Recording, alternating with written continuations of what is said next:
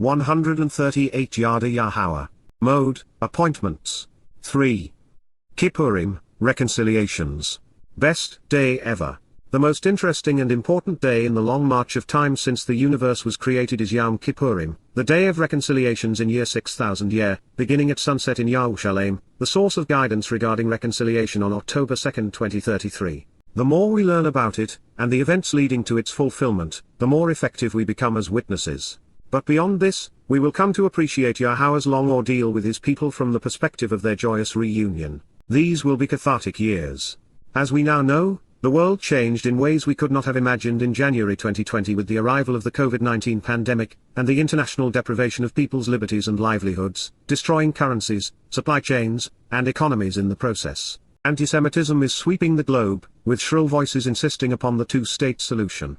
And this was followed by America's ill-conceived proxy war with Russia in Ukraine. It will serve to divide the world with the forced divestiture of Israel for peace serving as the impetus for World War III, just as Neville Chamberlain's surrender of Czechoslovakia to the Nazis led to the Second World War. The years following 2026, and especially between 2030 and 2033 will be horrific, beyond our current comprehension, as mankind devolves toward the abyss. At the end of it, there will be a light for some and eternal 139 darkness for others. The decisions you make now with the information which has been made available to you will determine the outcome of your soul. From one breath to the next, we go from the sons of the anointed standing before Yahweh, to this. Then I turned, Shub, and lifted my eyes, Nasa Eineni, and saw, Ra, right there, Hine, a flying youth, scroll, Megillah. Zechariah 5-1. He said to me, Amar el Eni, what do you see, Ma Otta Ra? I answered, Amar, I see, Ra, a flying youth, scroll, Megillah. Its length, or high, is 20 cubits, which is 30 feet, Esarim Har Mowryah, 9.1 meters, and its width was 10 cubits, or 15 feet, Roshab Hyesa Har Mowryah. Zechariah 5-2. He said to me, Amar el Eni, this is the consequence of breaking the binding agreement, Joth Ha'Allah, this is the curse of Allah, and the sanctions, for having invoked this recompense of God, which extends Yatzer, which is brought forth, over the face of the entire earth Alpana Shirl Ha Eres. This is because, everyone, Shirl, who takes away from this or deceives regarding it, Ganab Minze Camo Hu, who removes any aspect of what it says or what it offers the rightful owners by trying to outwit the heirs or cheat them out of their father's garden, from Gan, garden and Ab, father, will be banished and forced to endure eternity elsewhere, Naka, while everyone, Shirl, who swears an oath of allegiance, Shaba, will also be swept away and banished, Minze Naka, and forced to endure elsewhere. Cut off and purged from the living.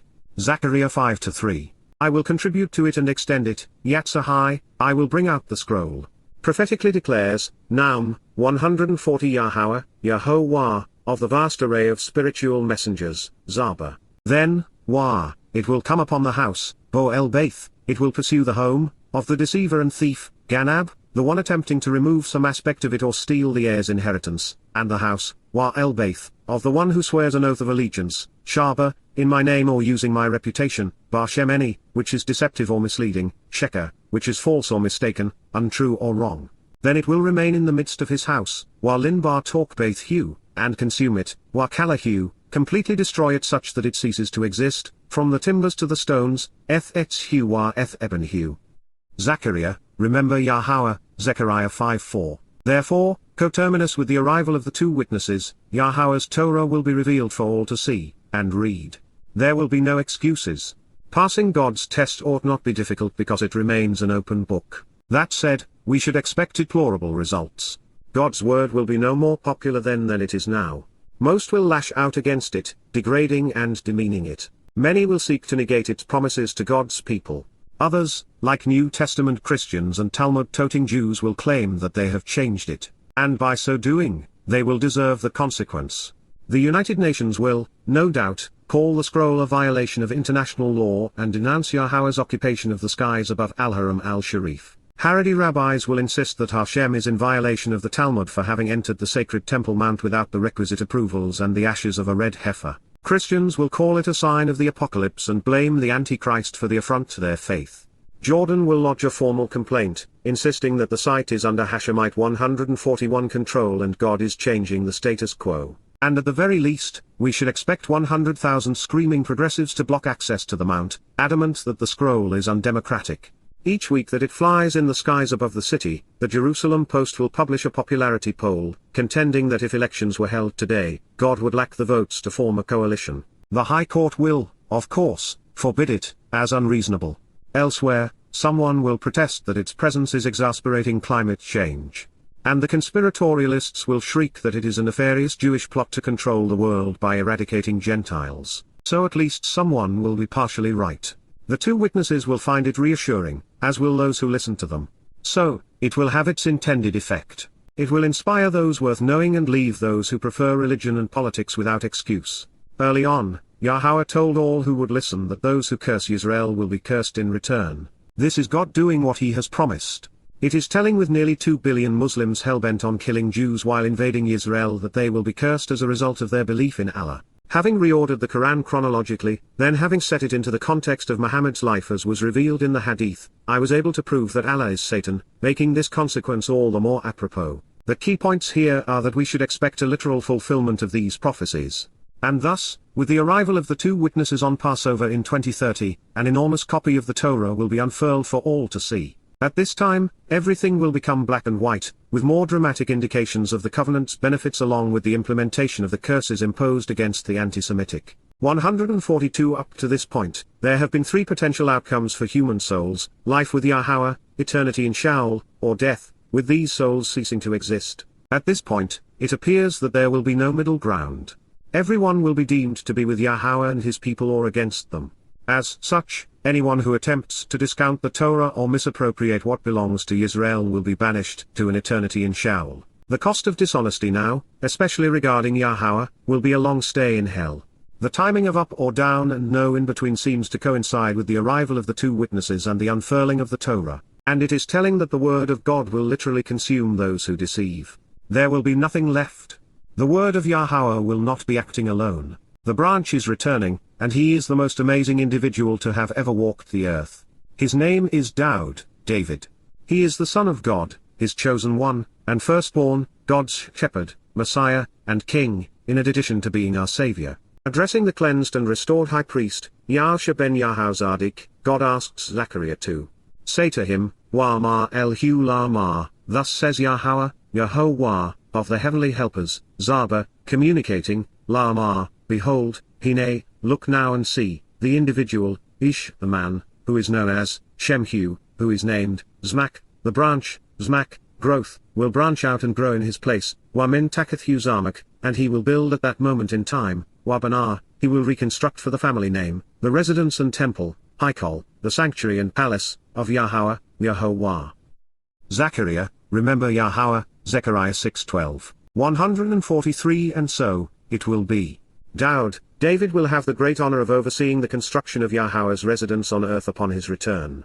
The man who has been known as the Zmak branch will once again become the catalyst for our growth. While we have seen it before, it is still a bit startling to see Yahweh refer to someone from the house of Yahuwdah serving and adorned as a Cohen, priest. But if there ever was an individual suited to do it all, it is Dowd. This is how we will see him upon his return. He will build, Banah, the royal residence, Eth Hekel, the temple, of Yahweh, Yahowah, while his authority and countenance, Howd, honor and glory, are lifted up and upheld, Nasa, is raised and sustained. Then, Wah, he will sit and remain, Yashab, he will settle upon and stay, upon his throne, Al-Kaishu, upon his seat of honor and authority, and he will govern with symbolic narratives, martial, he will rule through proverbs, showing leadership by explaining things in a memorable way by making the kind of comparisons that lead to understanding. Additionally, Wah, he will be, higher, he will exist at that moment in time, Kal perfect, dressed as a priest, Cohen, adorned in priestly garments while serving as a minister facilitating our ability to comprehend the Mow'ed, upon his seat of honor, Al-Kaishu, on his throne. Advice and counsel, Eitzah, guidance and instruction on the proper course of action, teaching and direction regarding the plan, and its purpose will be presented wisely, on peace and prosperity, satisfaction and contentment, the blessings of reconciliation and freedom, Shiga'own, will exist, higher, to encourage understanding by making the connections between 144 both of these responsibilities, Bain Shanaim Hem. Zechariah, remember Yahweh, Zechariah 6:13. Yahweh is such a great dad. more than anything, his son wanted to build a home for his father. He had acquired Mount Mowryah, including the threshing floor of what is known as the Temple Mount, and he had stockpiled the materials. The king's longing to build God's house precipitated the impassioned exchange between the beloved, Dowd, the gift, Nathan, and God presented so dramatically in 2 Samuel 7. It is that prophetic portrayal of a father's love for his son that served as the impetus to attract the chota, productive succor, and inspire everything which would follow. Over the ensuing 22 years we have come to behold and lift up the howd, countenance and authority of Dowd as the Mashiach and Zarahwah. We have witnessed his special place with Yah, coming to appreciate the honor and glory the Father is affording his Son based upon all he has said and done. The first prophecy translated for Yada Yahowah in Shamuel, he listens to God, 2 Samuel 7 still guides our steps along the way. I will never forget the moment. I was pacing in the log cabin I had built along a picturesque whitewater stream, the jumping branch, meandering through the woods within my Virginia farm. I had just returned from surviving a meeting with Islamic jihadists in Israel and was attempting to share that experience in tea with terrorists. It was as if a limb from one of the towering red and white oaks, Allah in Hebrew, had hit me square in the head as the wind stirred outside the cabin on this cool spring day. No matter which Bible I queried, every translation of 2 Samuel 7 was wrong. And it was then and there that my quest to know the truth, to understand what God actually revealed, began. 22 years have passed and now you are reading the result, Yada Yahowah. 145 After having translated Shamuel, he listens to God, 2 Samuel 7 8 times. I am excited to read about its fulfillment in Zechariah's presentation of the events surrounding Yowm Kipurym. I am happy for Yahowah and thrilled for Dowd, even personally fulfilled to be sharing this witness of their reunion.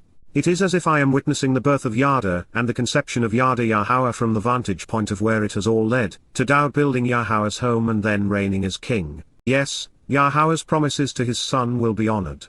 The Zmak branch has grown. His purpose has been upheld, but it is far from ending. The author of the martial Proverbs will govern through them, sharing their parental advice. Dowd will continue to lead through his lyrics. His ongoing narratives will serve to explain the things of God and the universe in such a way that we will be able to make the kind of comparisons which lead to understanding. It is so Yahowah to dress his son in white linen, in the garments he designed for the priests, the very attire we considered in Zechariah 3. It is why that story was presented immediately before the revelation of the witnesses and now leads to this affirmation. Yahowah has upended the religious interpretation of using someone else to represent Dowd.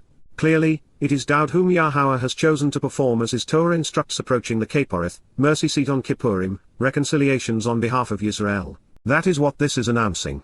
Say to him, Yahusha, Wa'ma el hu la'ma, thus says Yahowah, Yahuwah, of the heavenly messengers, Zaba, by communicating, La'ma, behold, look now and see, Hine, the individual, Ish, who is known as and is named, Shemhu, Zmak, the branch, Zmak, will branch out and grow in his place, Wamin Takathu Zamak, and he will build at that moment in time, Wabanah, the royal residence and temple, Haikol, of 146 Yahowah, Yahuwah. Zechariah 6:12, it is as heartwarming as it is hilarious. And that is why we find the Messiah and King dressed as a priest, Cohen, adorned in priestly garments while serving as a minister facilitating our ability to comprehend the Mow'ed, upon his seat of honor, Al-Kaishu, on his throne. Moments like these, with insights like this, are worth celebrating. Now if I may share another profound insight. The reason Yahowah told Dowd that he would not be permitted to build the initial home of Yahowah is because, the word of Yahowah came to me, saying, a great amount of blood you have poured out as you have fought great battles. So, you will not build this house for my name because of the abundance of the blood you have shed in the land in my presence. Behold, a son shall be born to you who will be a man of repose and relative ease, for Shiga'own, Solomon shall be his name. Shiga'own in a more favorable circumstance I will give to Israel in this day. 1 Chronicles 22 8-9. With blood on his hands as a result of defending Israel from Par, Sire, Chattath, and Pasha, let's make a thoughtful connection to what will occur on Yowm Kipurym. Remember what we were told that the alternate, or stand-in, would do to facilitate reconciliation.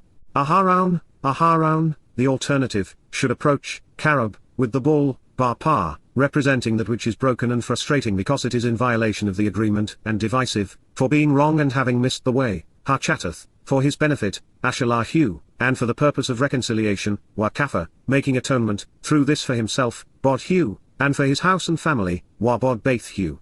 He should take the life of the bull, Wa-Shakateth Par, as the resolution for having been wrong, Ha-Chattath, for his benefit, Asher 147 Lahu. Kara 16:11, and he should obtain, Walakak, some of the blood of the bull, Min Dam Harpar, and sprinkle it, Wa Nazar, with his finger, Bar Espahu, on the face, Alpana, of the mercy seat, Har Kipurym, on the eastern side, Kidem, the beginning of a new day. Then toward the front, Wa Lapana, of the mercy seat, Har Kipurym, the place of reconciliation, he should sprinkle, Nazar, some of the blood, Min Dam, with his finger, Bar Espahu, 7 times, Sheba, to uphold the promise in the conduct of life. Kara 16:14. Next, he should prepare the goat, Wa Shakat Ethsaya, striking out at that which is stubborn and annoying, to provide the means to resolve iniquity and pardon sin for going astray, Har Chatath, for the benefit, Asher, of the people, La Har Am, and return, Wa Bo with its blood, Eth Dam Hu, toward the house, La Min Baith, and through the curtain, La Har Ferokith, and do, Wa Asar, act, engaging accordingly, with its blood, Eth Dam Hu, as he did with the blood of the bull, Kar Asher Asar La Dam Harpar. Sprinkling it, Nazar Eth Hu, upon the mercy seat, Al Kipurym, over the place of atonement and reconciliation, and toward the front, La Pana, of the mercy seat, Har Kipurym. Kara 16:15, thereby, Wa, he shall provide reconciliation, Kapha, upon the set-apart place, Al Har Kodesh, as a result of, Min, the impurity and filthiness, Tumah, the foreign residue and offensive immoral nature, of the children of Israel, Beni Israel, and as a result of, Wa Min, their religious rebellion and political defiance, Peshahem, it will be resolved along with the realization that they have been totally wrong and have all wandered away, La Shurl Chatathem. Therefore, Wa Ken, he should act accordingly, doing this, Asar, to approach, La, the shining and clear tent, Ohol, of the eternal witness and restoring testimony of the appointed meeting, Mow'ed, which is 148 inhabited and abides Har Shaken, with them in the midst, Ethem Bar Talk, of their impurity and filthiness, Tumah Hem. Kara, Leviticus 16:16, Aharon and Yahusha, would be symbolic of what Yahweh will have Dowd do for his people on this day. He will act in accordance with the Torah to reconcile the relationship with Israel and Yahuwdah via the Kipurym on Kippurim leading to Sukkah. And now we know why blood would be sprinkled on the mercy seat, why it would come from a Par and a Sire and not the Passover ale, and why it would occur on Kippurim, not Pesach. Thereafter, Dowd's role will continue as it has always been. Advice and counsel, Eitzah, guidance and instruction on the proper course of action, teaching and direction regarding the plan and its purpose, will be presented wisely, on peace and prosperity, satisfaction and contentment, the blessings of reconciliation and freedom, Shiga'own, will exist, higher, to encourage understanding by making the connections between both of these responsibilities, Be'en Shenem Hem. Zechariah, remember Yahowah, Zechariah 6:13. Shiga'own, indeed. We find the future where we began. This all ties right back into Shamuel, 2 Samuel 7. It came to pass when the king sat down and relaxed in his home, because Yahweh had given him comforting respite from his adversaries, 7:1, that the king said to Nathan, the prophet, please look around. I live in a house of cedar, but the ark of God sits within curtains. Shamuel, 2 Samuel 7:2. So, Nathan said to the king, choose to go and do all that is in your best judgment for Yahweh. Shamuel, 2 Samuel 7:3. 149 But then that evening, it came to be that the word of Yahweh came to Nathan. He conveyed, 7:4, go and tell Dowd, my co-worker, that this is what Yahweh says. Why should you build me a home to live in? 7:5. Indeed, I have not lived in any house since the time that I lifted the children of Israel out of the crucibles of oppression in Miraim, even to this day. I have existed going about in a tent dwelling. Shamuel, 2 Samuel 7:6. Anywhere along the way, that I have journeyed with the children of Israel, did I say a single word to any of the tribes of Israel, my people, Israel, whom I fed, asking, why not build me a house of cedar? Shamuel, 2 Samuel 7:7. Therefore, say to my associate, Dowd, this is what Yahweh of the spiritual implements says, I took you from the sheepfolds, from chasing after lambs, to be the leader over my people, over Israel. 7-8. And I have been with you wherever you traveled. I have cut off all of your enemies, removing them from your sight, and I have made your name great, comparable to the names of the greatest on earth. Shamuel, 2 Samuel 7:9. Furthermore, I will appoint a place for my people, Israel, and I will plant them there such that they may dwell in this place of their own and never have to move again, neither shall the son of evil afflict them any more as will have been the case. Shamuel, 2 Samuel 7:10. And since the time that I instructed the judges in conjunction with my people, Israel, I have created for you a respite from all of your enemies. Moreover, Yahweh is boldly and publicly announcing for you 150 that, indeed, he will act, engaging with you to create a family and home. Shamuel, 2 Samuel 7:11. When you will have laid down your life, Jacob, in association with your ancestors, Ethab Otter, I will rise up and take a stand, to bring to fruition what you have sown, Zerah, without hesitating nor delaying, Achar, your approach to providing the way to the benefits of the relationship, Asher. This shall be extracted and withdrawn, then delivered out of, Yatsamin, a small particle of your physiological nature, Ma. And so, Wah, I will establish, Kun, his reign over his kingdom, Ethmamlakahu. Shamuel, 2 Samuel 7:12. Now speaking to us of Dowd, Yahweh continues. He, himself, shall re-establish and restore a home for my name. And I will fashion and form the place of honor of his kingdom as an eternal witness forever. Shamuel, 2 Samuel 7:13. I, myself, will be a father for him, and he shall be my son. So, when that which is perverted and twisted is associated with him, I will correctly reciprocate and argue on his behalf, deciding with him to chastise with the scepter of this man, and by assaulting so as to end the lives of the children of Adam. Shamuel, 2 Samuel 7:14. Then my steadfast love and enduring mercy shall not be taken away from him in the manner that I rejected it being associated with Shaul, whom, to show the way to the benefits of the relationship, I removed, abolishing before your appearance. Shamuel, 2 Samuel 7:15. Moreover, your house will remain established, verified, and true, and your kingdom and reign will exist 151 forever as an eternal witness in association with my presence. Your throne and place of honor shall exist and be established forevermore. Shamuel, 2 Samuel 7:16. Consistent with all of these words and everything within this revelation, Nathan correctly conveyed them to Dowd. Shamuel, listen to him, 2 Samuel 7:17. One prophecy flows into the other, all leading us to the same place, Yahweh's return with his Son and our Savior on Yowm Kipurym. And as with Dowd, to a significant degree, so too with all of the covenant's family, it is an honor to be invited into their company.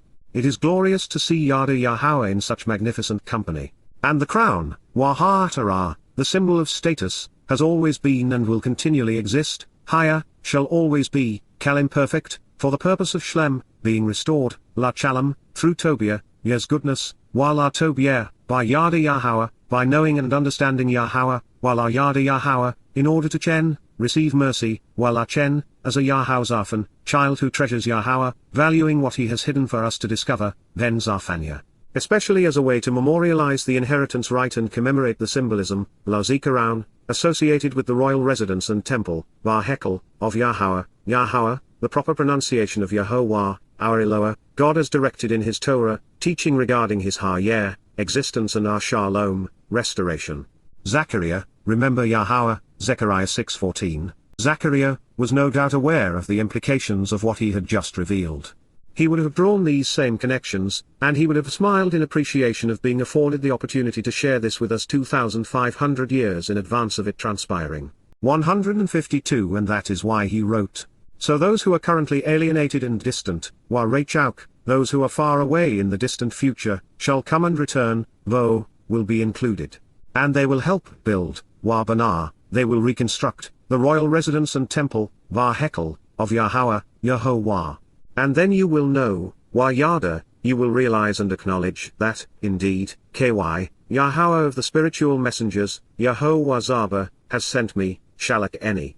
Zachariah, remember Yahweh, Zechariah 6:15. There is nothing quite like a fulfilled prophecy to affirm a prophet's credentials.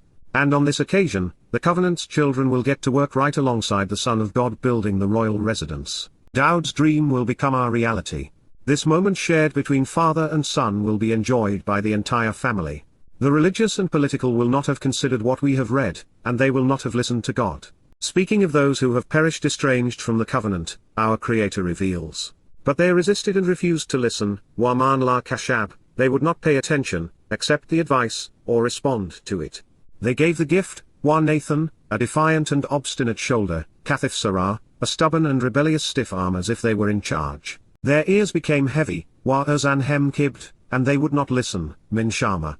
Zechariah 7:11, they caused, Sim, their hearts, Labhem, their judgment, to be as hard as diamonds, Shama, such that they were kept from hearing, Min Shama, the Torah, teaching and guidance, Torah, source of instructions and directions, or the words, Wa eth Hadabar, which, for the benefit of the relationship, Asher, Yahweh of the heavenly messengers, Yahuwah Zaba, sent 153 Shalak by his spirit, Ruach Hu, through the hand, Bar Yod, of the former prophets, Nabi Ha Rishon, the first and foremost prophets. Therefore, Wa, great animosity and frustration, Kasif Gadol, tremendous antagonism and discord, came to exist, higher, from, men, Yahweh of the spiritual implements, Yahuwah Zaba, Zechariah 7:12.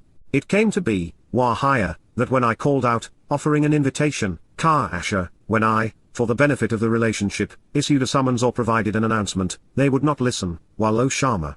Therefore, when, Wa Ken, they called out, Kara, they issued a summons, I did not listen, Wa lo Shama, says, Amar, Yahweh of the spiritual messengers, Yahuwah Zaba. Zechariah, remember Yahweh, Zechariah 7:13. For the past 22 years, usually 6 and 7 days a week, 10 to 12 hours a day, I have listened to Yahweh. In all of that time, other than to ask a question or seek elucidation, I have not spoken to him. Our relationship works best when he teaches and I learn. Then after listening intensely, and thinking comprehensively, I speak profusely, but to my fellow man. Yahweh knows what I need and what I am thinking. We have a marvelous relationship, because he can read my thoughts and share my enthusiasm, when we come upon something in his word that he wrote just for us to find it and share it. Perhaps one day that will change once I am further enlightened as a witness or as a son. It isn't that I don't have something to contribute, or that I have nothing to say, in fact, quite the opposite. It is just that our relationship is enriched and empowered when I am a good listener because he is the best teacher. And 154 there is so much to share, so much God's people need to know, and so little time, let's do what we can while we can. Having shared this before, it rings especially true at this moment. To some extent, I was offered this job by default. The chosen people refused to listen. Yisrael and Yahuwdah turned their backs on Yahweh's gift, the testimony he conveyed in his Torah and through his prophets. Even now, the words Yahweh's Spirit has enabled the Chota to scribe fall on deaf ears and hardened hearts. One of the most telling distinctions between someone conveying the revelation of Yahweh and a false prophet is the means of conveyance. An actual prophet writes down what Yahweh is revealing while he is listening to God speak to him, while a false prophet, such as Paul, Mark, Luke, Matthew, Akiba, or Muhammad, recounts what they have heard or what they have conveyed audibly. As such, it becomes their message, not Yahweh's. It is true, once a week, on the approach of the Shabat, I speak about the Torah. But even then, I am sharing these written translations and associated insights. Our message, like that of the prophets, is in writing. That way you can learn at your own pace. The translations are more easily verified. The message is more broadly disseminated, and it will endure, even after I am gone. Moreover, I like the distinction of having my comments and insights shared in a regular font, while Yahweh's words stand apart as they are in bold. The conclusion of Zechariah 7:13 is hard to read. We should be sad for God and for his people. And yet based upon the unwillingness of Israel to hear what he has to say, Yahweh has turned a deaf ear toward his people. They have antagonized him and he is frustrated, but fortunately for both parties, this is resolvable. Start listening. When you hear Yahweh's invitation, respond. 155 Fortunately, many will do so. As a result, thus says, Koamar, Yahweh, Yehovah, an accurate presentation of the name of Eloah, God as guided by his Torah, instructions regarding his higher existence, I will return and restore, Shu, I will come back and renew, Tsyown, the signs posted along the way, El Tsyown, to the ridgeline of Mowryah between Dowd's and Yahweh's homes, and will live and remain, Washaken, I will dwell and abide, staying, in the midst of Yaruwshalaim, Bartok Yaruwshalaim. Then, Wa, the source of guidance on reconciliation, Yaruwshalaim, will be called, Kara, will summon and welcome, greet and proclaim, even be designated as, the reliable and trustworthy, Har Emeth, the permanent and continual, the steadfast and dependable, the verifiable and demonstrable, city, ear, and the mountain, Wahar, of Yahweh of the spiritual messengers, Yahuwah Zaba, the set-apart mount, Har Kodesh. Zechariah 8:3. Thus says, Koamar, Yahweh of the spiritual messengers, Yahuwah Zaba, behold, Hine, I, myself, will save, any Yasha, I personally will deliver and liberate, rescue and free, my people, etham any, those who are associated with my family, from the country toward the sunrise, Mineres Mizrak, the land toward the east, and from the region, Wa Mineres, entering from the direction of the setting, Mabo, from the country coming while pondering the arrival, from Ma, to question and Bo, to come and go, to arrive and enter, of the sun, Har Shemesh. Zechariah, remember Yahowah, Zechariah 8:7. Let it be known, Rabbinic Judaism has no plan or hope of salvation, but that is not the case with Yahowah. He will save Yahuwdym who are free of rabbinical and political influences. 156 Let it be known, Yahowah is returning to restore Tsyown, and he will remain in Yaruwshalaim. The city will instantly become the least contested and least religious place on earth. Therefore, God is returning to his people, Israel and Yahweh, not for a religion or a church. Let it be known, when Yahowah arrives, the religious can kiss their Lord, Hashem, Jesus, and Allah goodbye, that is if they haven't already been dissolved. Yahowah, at the exclusion of all others, saves. Let it be known, Yasha means to deliver from harm's way, to liberate and free. Yahowah is saving his people from all other people, and thus from religions, political institutions, and militaries. Let it be known, Yaruwshalaim's renown as Har Mowryah means that nothing Yahowah has said has changed. The only way for it to be reliable is for Yahowah's promises to have been trustworthy and dependable. That being so, the claims of the Talmud and New Testament are negated. Let it be known, the signs posted along the way upon the ridgeline of Tsyown lead from Dowd's home to Yahowah's royal residence on the summit of Har Mowryah, the mount to Revere Yah. The fact that it is Kodesh, set apart means that it is special and not common, separated and thus not allied. It will, therefore, be the opposite of what is common among men, religious, political, militaristic, patriotic, or conspiratorial. At this moment in time, the land, region or country to the east is most likely communist China. Although, if Islam's attempted siege of Israel hasn't already been thwarted by God, then Yahowah may be saving Jews from jihadists. The Mineres Mabo Har Shemesh is a bit of a head-scratcher due to the nature of Mabo. It is typically 157 rendered as entrance, but if so, the sun enters each day from the east, not west. Therefore, the second clause would be reinforcing the previous one and would read, Behold, Hine, I, myself, will liberate and deliver, any Yasha, my people, etham any, from the country toward the sunrise, Mineres Mizrak, and therefore from the region, Wa Mineres, of the emerging, Mabo, from the country coming while pondering the arrival of, from Ma, to question and Bo, to come and go, to arrive and enter, sun, Har Shemesh. If this reading is correct, we are back to communist China. If not, and if Mabo is to be rendered as going or leaving, then a belligerent foe will be attacking from the sea. However, with Mabo actually meaning to question the arrival, even the coming and going of the sun, there are a host of other possibilities. The Earth's climate will assuredly have changed as a result of natural and human activity, including a world war, which will include a nuclear exchange. With the sun and moon no longer visible, and with the arrival of Yahowah's light, this could imply a number of things, none of them good. Speaking of the chosen people, and thereby obliterating the foundational claims of Christianity and Islam, Yahowah states, And I will come to them and bring them, Wabo Ethem, I will return to them, arriving for them, to live and abide, Washaken, to dwell and remain, in the midst, Bartok, of Yaruwshalaim, the source of guidance on reconciliation and restoration, Yaruwshalaim. And they will be, Wahaya, my people, becoming my family, La Eni La Am, and I, myself, will be, Eni Haya, their God, Lahem La Elohim, approaching them as the Almighty, in honesty and integrity, Bar Emith, in truth, reliable and dependable, trustworthy and dependable, steadfast and certain, and by being right, Wabar Zardaka 158, by being correct and fair, just and acquitting. Zechariah, remember Yahowah, Zechariah 8:8.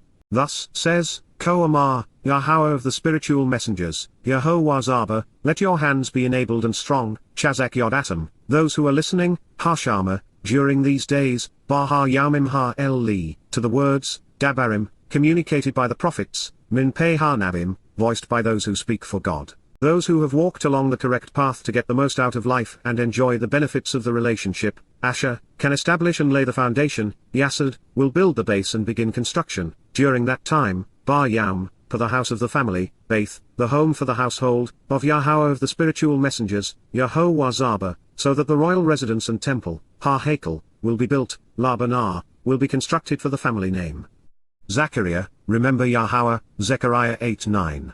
Yaruwshalaim will be the most glorious place on earth. Its heart will be Yahowah while the souls are the people of the covenant. The day that God can once again say, "These are my people and I am their God," was predicted in Hosea. Having forgotten the Torah and breached the terms of the covenant, Yahowah divorced Israel. But now, the family is back together again. Yahuwdym were dishonest, but Yahowah has remained trustworthy. The people have been unreliable, while God has been dependable. With these words, Yahowah is affirming that he did not change, so for this to occur, Israel started listening to the voice of the prophets. 159 Should we have thought that Yahowah would be building his home for his family himself upon his return? That isn't the case, nor should it be. Yahowah prefers working with his people, so it will be a collaborative effort. We will be afforded the opportunity to invest a little sweat equity into our eternal home. It is a new world, a different time, with the object of continuous scorn now seen as the ultimate blessing. And just as you have been, Wahaya Ka Ashahaya, accursed and vilified, ridiculed and demeaned, Klala, implicated in all nature of contemptible and groundless conspiracies, among the Gentiles, Bahar Gawim, I will deliver you, sparing you from this, Ken Yasha Eth Atom, family of Yahuwdah, Beth Yahuwdah, and the house of Yisrael, Beth Yisrael, such that you will become, Wahaya, a blessing and source of peace, Baraka. Fear not, Al-Yer, and you will prevail with your influence restored, Chazek Yod Atom. Zechariah 8:13.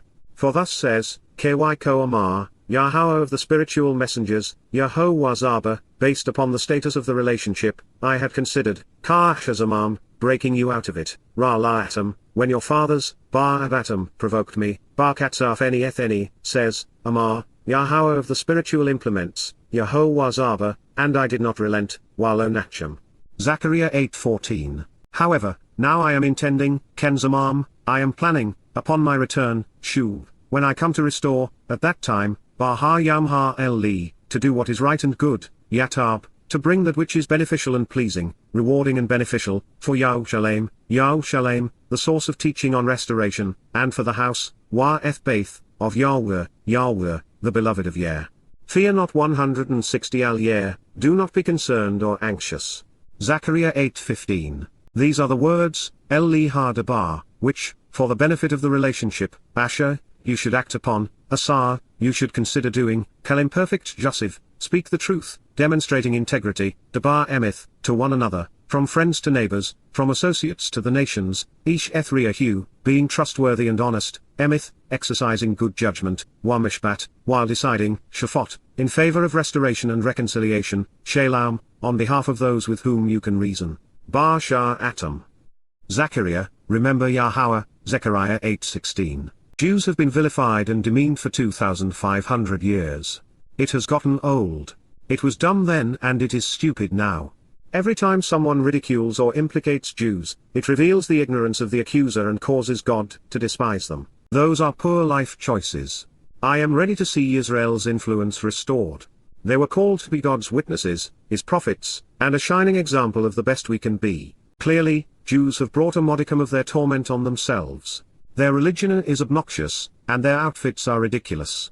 But, nonetheless, all of the conspiratorial, political, and religious claims against them are unjustified. Jews have managed to provoke God, of that, we can be certain. But we can also expect Yahowah to restore his relationship with his people. God will do what is right for his people. As the sands descend in mankind's hourglass, it is long past time that we learn to tell the truth.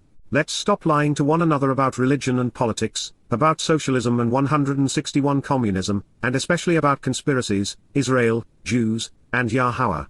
Let's exercise good judgment and be honest, encouraging all who will listen to decide in favor of reconciliation and restoration. And thankfully, Yahowah has only asked us to communicate with those with whom we can reason, eliminating the need to talk with anyone who is overtly religious, political, or conspiratorial. They are a waste of breath. In the context of his people's restoration and his return on the day of reconciliations, Yahowah set the prophetic scene in this next passage. And in so doing, he established his credentials so that those who were willing to listen and accept what he has to say will benefit. This is the prophetic pronouncement, Massa, of Yahowah, the proper pronunciation of Yahuwah, our Eloah, God as directed in his Torah, teaching regarding his Har, existence and Shalom, restoration, word, Dabar, message concerning,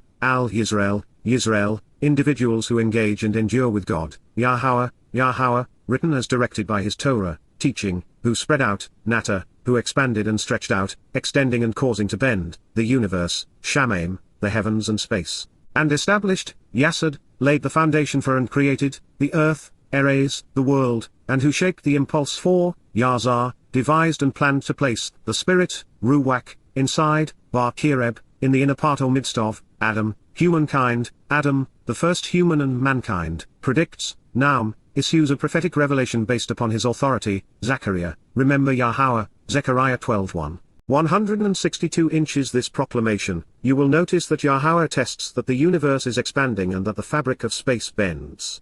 While we know these things now, man circa 500 BCE did not. With this statement, another piece of the puzzle just fell into place. The Bereshith, Genesis account tells us that Yahowah gave man, like all other animals, an ipesh soul, or consciousness, to make him a living creature. Then Yahowah revealed that he equipped Adam with a neshama, conscience, to elevate him into the likeness of God. Our conscience, or neshama, is the seat of judgment. It enabled Adam, and us, to differentiate between right and wrong, to discriminate between good and bad, and to judge between the ways of Yahowah and those of man. Therefore, our conscience is what God shaped within humankind to make us receptive to the Spirit. With it, in addition to our nepesh, humankind is equipped to live in Yahowah's presence. With this realization, one of Christendom's biggest myths is busted. There is no such thing as original sin. The Catholic Church's position that a child must be baptized by them to be purged of Adam's stain is erroneous. From Yahowah's perspective, and his is the one which matters, Adam was conceived with the means to restore the relationship.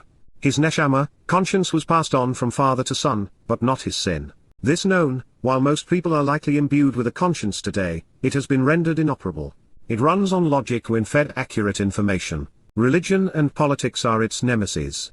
The former gums up the works with faulty programming and errant data while the latter renders judgment offensive. With this in mind, let's examine what God predicted would occur in our not too distant future.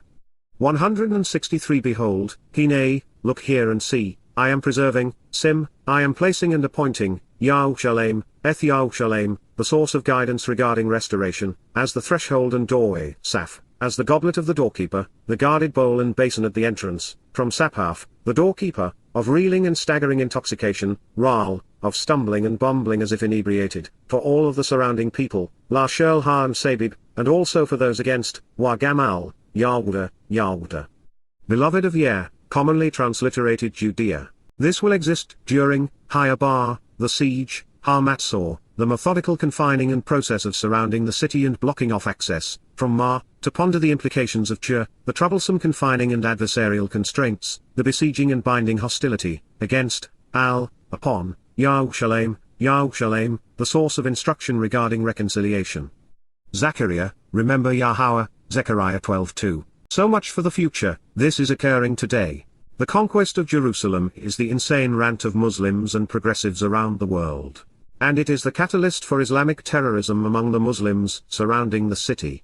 Having interviewed Islamic terrorists in proximity to Jerusalem after 9.11 in late 2001, and then having compiled Prophet of Doom, I understand the stupefying effects of religion in general, and Islam in particular. This conclusion becomes readily apparent when we witness enraged Muslim youth lashing out with rocks, crude incendiary devices, bottle rockets, and firecrackers while building barricades comprised of burning tires and trash. They are mentally disabled, emotionally dysregulated, and morally compromised. It is as if they were operating under the influence of a debilitating drug. 164 Muslims, and the liberals who support them, are unable to comprehend that there is no basis for the Palestinian claim to Jerusalem. There are no Palestinians and no Palestine. The Philistines, whose name they are commandeering, were not native to the land but instead from Crete. Their borders never exceeded the Gaza Strip. And they were wiped out by the Assyrians 2,600 years ago. As for the claim that Jerusalem is the third holiest site in Islam, that is equally ignorant. It is based upon Quran and Hadith stories that are enormously embarrassing to the religion. Following Muhammad's repudiation of monotheism and the fiasco of the satanic verses, the demon-possessed pedophile, while in bed with a 9-year-old child, dreamed that he fled his domestic troubles by riding a winged ass during the night to Jerusalem. Inside the temple, he claimed to have met with all of the Hebrew prophets, from Adam to Isa, the Islamic Jesus, prior to riding the flying ass from the Temple Mount through hell to the Islamic heaven. The Dome of the Rock was then built to commemorate this flight of fancy. It was the result of Muhammad's capitulation on monotheism. It draws our attention to the fact that he, by his own admission, was inspired by Satan. It even highlights the realization that Muhammad was a sexual pervert. Moreover, asses do not fly. Muhammad was never in Jerusalem. The temple had been destroyed 500 years earlier. One does not go to heaven by way of hell. But even so, what's with the rock pile in Mecca if the only way to get to heaven is through Jerusalem? God is telling us that the Islamic rage behind the siege of Jerusalem and Judea is intoxicating, such that there is no merit in negotiating with them. One cannot reason with a Muslim. Those who try to engage or coddle them, display their ignorance of the Quran and Hadith, Muhammad and his alter ego, Allah, and of the Treaty of Hudaybiyah. 165 Returning to that which is credible, Yahowah revealed that the Islamic misconceptions regarding Jerusalem, and the misappropriation of the city, will be their undoing. It shall be, Wahaya, during this time, Bahar Yowm Ha-Hu, that I will cause, I will appoint and set, Yaruwshalaim, Yaruwshalaim, the source of guidance regarding restoration, to be an immovable stone, Eben Marmasa, to be a difficult and challenging, firmly embedded rock, for all of these people, La Shirl Ha'am. Everyone who attempts to move it, Shirl Amas-Hai, will lacerate and impale themselves, Sarat, will injure themselves, branding themselves in the process with it becoming tattooed upon them.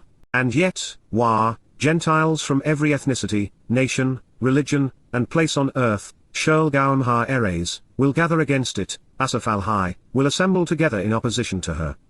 Zechariah, remember Yahowah, Zechariah 12:3. Man is a slow learner. Some will never understand. Among our worst choices is to oppose Yahowah, his people, and his place. The earth is littered with the ruins of nations and institutions that have tried. To this day, Jerusalem is the most contested place on the planet. It is the capital of the Jewish homeland, a gift from God to his people, and yet everyone the world over seems set on taking it away and giving it to religious terrorists. In keeping with cancel culture and political correctness, the truth is disparaged to establish a myth. Jerusalem and Judea will continue to be under siege between now and Yahowah's Yowm Kipurym return. The only thing which is going to change is the source of the belligerents, the size of the assault, and the caliber of the weapons brought to bear against God's people. Yahowah 166 is speaking of an assault triggered by Muslims after the fall of Syria, which will ultimately engulf the world in conflict as nations take sides. During that time, Bahar Yowm Ha-Hu, Yahowah, a transliteration of, our Eloah, God as directed in his Torah, teaching regarding his higher existence, declares prophetically, Naum, predicting the future, I will strike and destroy, Naka, I will attack and defeat, every, Shirl, fast-moving and flying weapon of war, Suz, swift horse-powered chariot and swooping swallow, by confusing, Bahar Timahoun, by bewildering and stupefying, stunning and panicking, the drivers, Warakabhu. Those riding in military vehicles, causing them to be irrational and erratic, shiga'own, causing them to be unreliable maniacs who are out of their minds, so furious they are rendered incompetent. Zechariah, remember Yahowah, Zechariah 12:4 in part. This would have required considerable intervention some years ago but can now be achieved with an EMP blast or corrupted programming. Almost all weapons of war are guided by GPS, such that a crippling of that system would bewilder driver and rider alike, panicking them in enemy airspace. As a pilot, I became dependent upon GPS and moving map displays within my aircraft. I stopped carrying paper charts and relied upon redundant electronic systems, all powered by means of the global positioning system. If that system failed, I would have been poorly equipped to navigate around complex airways. Now mix dysfunctional technology with misleading religion, and unreliable politics, and you have zombies. These guys will be their own worst enemies. Suz is most often used in correlation with swiftly moving military machines, especially mounted cavalry, and chariots. It depicts something which is ridden in flight. 167 All of this ties nicely into Rakab, drivers, and thus provides us with a glimpse of the weaponry which will be brought to bear against Yisrael, Yaruwshalaim, and Yahuwdym. So for the sake of the house, albeit, of Yahuwdah, beloved of Yah, commonly transliterated Judah, I will keep my eyes open, pakak eth ein eni, I will be observant, diligent, and perceptive, and therefore, every one of these peoples, Shirl Ha'am, fast-moving and flying weapons of war, Suz, swift horse-powered chariots and swooping swallows, aircraft, I will afflict, Naka, I will strike and defeat, with the inability to see, Bahar Iran, with blindness and resulting confusion from a lack of situational awareness, and disorientation. Zechariah, remember Yahowah, Zechariah 12:4. It is one of a million lacerations upon the heart of Christianity. Right up to the end, Yahweh's attention is focused on the house of Yahuwdah. He is continuing to support his people against the likes of Christians who are in opposition to them. There is no room in these words or elsewhere for replacement theology, and without it, there is no basis for Christianity. As man's weapons have become more technologically sophisticated, they have become more vulnerable. There is not much that can go wrong with an unguided bomb, but a variety of errors can send a smart bomb astray. Similarly, a pilot flying a magnetic compass heading is not blinded and disoriented by the failure of modern avionics linked to global positioning satellites, because those skills are no longer taught. It's like the inability to do multiplication in one's head after the development of calculators. As mentioned previously, a significant electromagnetic energy pulse at the right time and place would render the world's positioning and communications systems inoperable, and thus cause almost all weapons of war to be disoriented and blinded. 168 While God will strike down those who openly demonstrate that they have no regard for his people or the promises he has made to them, Yahweh will continue to support those who love him and who rely upon him. Then the close friends and lovers, the champions and confidants, those engaged in a familial relationship with, of Yahuwdah, beloved of Yah, commonly transliterated Judah, will use their best judgment, will be motivated and inclined after thinking it through, to say, Amar, to acknowledge, for me, those who live and remain in, Yashab, the inhabit who dwell in, Yaruwshalaim, the source of guidance on reconciliation, are supported and empowered, strengthened, equipped, and enabled, are made especially capable, able to accomplish whatever is necessary, strengthened and protected, by, Yahweh, written as directed by his Torah, teaching, their God, Elohim, and his conscripts who assist, Zaba, spiritual support team which is mustered and directed. Zechariah, remember Yahweh, Zechariah 12:5. We, those who are champions and confidants of Yahuwdah, and who are engaged in a familial relationship with Yahweh's beloved, are few and far between. But we are resolutely committed to the well-being of God's people and the sanctity of his place. Moreover, we celebrate the benefits associated with trusting Yahweh to empower and equip his family to accomplish whatever he wants to be done. Should you be confused by the fact that we, like Yahweh, are resolutely opposed to Judaism and to rabbis, it is because they are Yahweh's most debilitating foes. Those who are attacking Israel are using weapons that are readily disabled, while the festering disease of religion strikes at the heart of its prey and metastasizes to the point 169 that there is no longer any distinction between the individual and the institution. Yes, Israel, Yahweh, and Yaruwshalaim will be relentlessly and ruthlessly attacked by moronic and barbaric Muslims, Christians, multiculturalists, progressives, and communists, but with Yahweh's protection, it will remain the safest place on earth for the chosen people. Be not afraid. Come home? Usually translated as of hosts, Yahweh's Zaba are comprised of malach, spiritual messengers and heavenly envoys. They are a regiment of living implements, energy-based beings akin to light, who are perfectly arranged to serve, always doing as God requests. The Zaba are marshaled to perform in assigned roles and to engage in all manner of battles. While Yahweh's malach, messengers and envoys, whom we errantly call angels, have no free will, they have access to and work on behalf of the just sovereign of the universe. Returning to Zechariah, we find that sides have been chosen. Now all that remains is watching the contest unfold. In that day, during this time, I will cause, I will enable and preserve, the close friends, related family, and lovers, the champions and confidants, those engaged in a familial relationship with, of Yahuwdah, beloved of Yah, commonly transliterated Judah, to be like, a flaming pulpit, a fiery platform upon a stage, a blazing cauldron, a hearth, forge, and smelting furnace, in the timbers, the combustible material, and like a blazing torch. Laphideth, a burning firebrand and shining flame, among stalks of fallen grain, sheaves of cut and bound stubble, and they will devour them, so they will consume and destroy them, to the right and to the left. Al 170 Yamin while Samaul, enveloping all of the surrounding armies and peoples, Shulha and Sabib, while Yaruwshalaim, the source of guidance on reconciliation, shall continue to be inhabited, while Yashabod, shall support the living, now and forevermore, succeeding, with one thing logically following another, through time, taketh, with an orderly succession of events playing out, in, within, Yaruwshalaim, the source of teaching on restoration, aka, Jerusalem.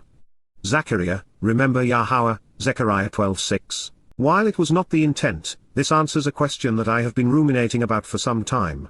We know that those harvested on Towrah will be instantly transformed into spiritual beings with the capacity to manifest physical attributes when desired.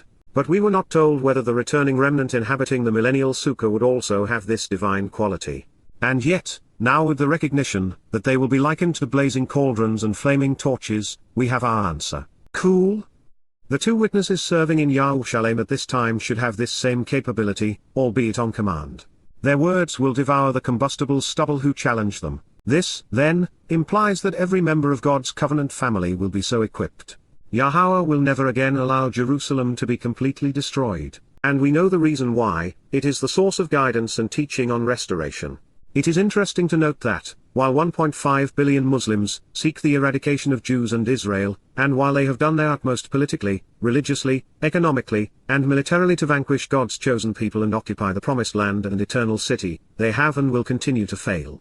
171 As the Muslims and multiculturalists seeking the eradication of Jews get their comeuppance, we are told two different and yet very interesting things about Jerusalem. First, Yaruwshalaim shall continue to be inhabited and supported, now and forevermore. And second, the events Yahuwah has planned and foretold will succeed, with one thing logically following another, throughout time as an orderly succession of events plays out in Yaruwshalaim. The latter is to say that, following Towrah, Kipurym will precede Sukkah. And following Sukkah, God's people will camp out with him for 1,000 years from 6,000 to 7,000 year. It is so obvious, so clearly stated, so often repeated, and so vitally important, it is a wonder that those deluded by Judaism and Christianity share the same blind spot. It is Dowd, David who is returning with Yahuwah. He is the long-awaited Mashiach, Messiah, King of Kings. I get it, the Hasidic are too busy worshipping their predecessors and wallowing in their manure to consider the word of God. And Christians have been duped into believing that the Lord has dementia and is not very adept at names, unable to even remember his own. To them, Dowd is dead and buried, and everything God said about him was wrong unless it was magically transferred to Iesou Christou, Jesus Christ. But geez, fellas, you can't all be that blind. Yahowah, an accurate presentation of the name of Eloah, God as guided by his Torah, instructions regarding his higher existence, will rescue and deliver, save and protect. Yasha, will provide liberation and salvation for, Yahweh's, Yahuwdah, beloved of Yah and related to Yah's, homes and households, Ohel, shining and radiant dwellings and brilliant habitations, first and foremost, Har Rishon, in the initial phase, so that, Laman, for the intent and purpose that, the honor and glory, Tifereth. The 172 majesty and splendor, of the house, Vaith, the home and family, of Dowd, the beloved, and the splendor, Tifereth, the beautiful shining appearance and renown, of the inhabitants of, Yashab, those who live in, Yaruwshalaim, the source of guidance on reconciliation, are not surpassed by, Lo Gadol, are not honored or exalted above, Yahuwdah, beloved of Yah. Zechariah, remember Yahuwah, Zechariah 12:7. Dowd, who was from the house of Yahuwdah, had sovereignty over a unified Israel, ruling from Yaruwshalaim. And while all of these will be enveloped in majesty, the ranking with Yahuwah is Dowd, Yahuwdah, Yisrael, which is the house of Dowd, and then Yaruwshalaim. While it's a little like asking a chocoholic if she prefers chocolate cake, chocolate pie, chocolate ice cream or chocolate cookies, Yahuwah does have a preference. And the only reason Yaruwshalaim is listed last among favorites is that it is a place filled with people of different backgrounds.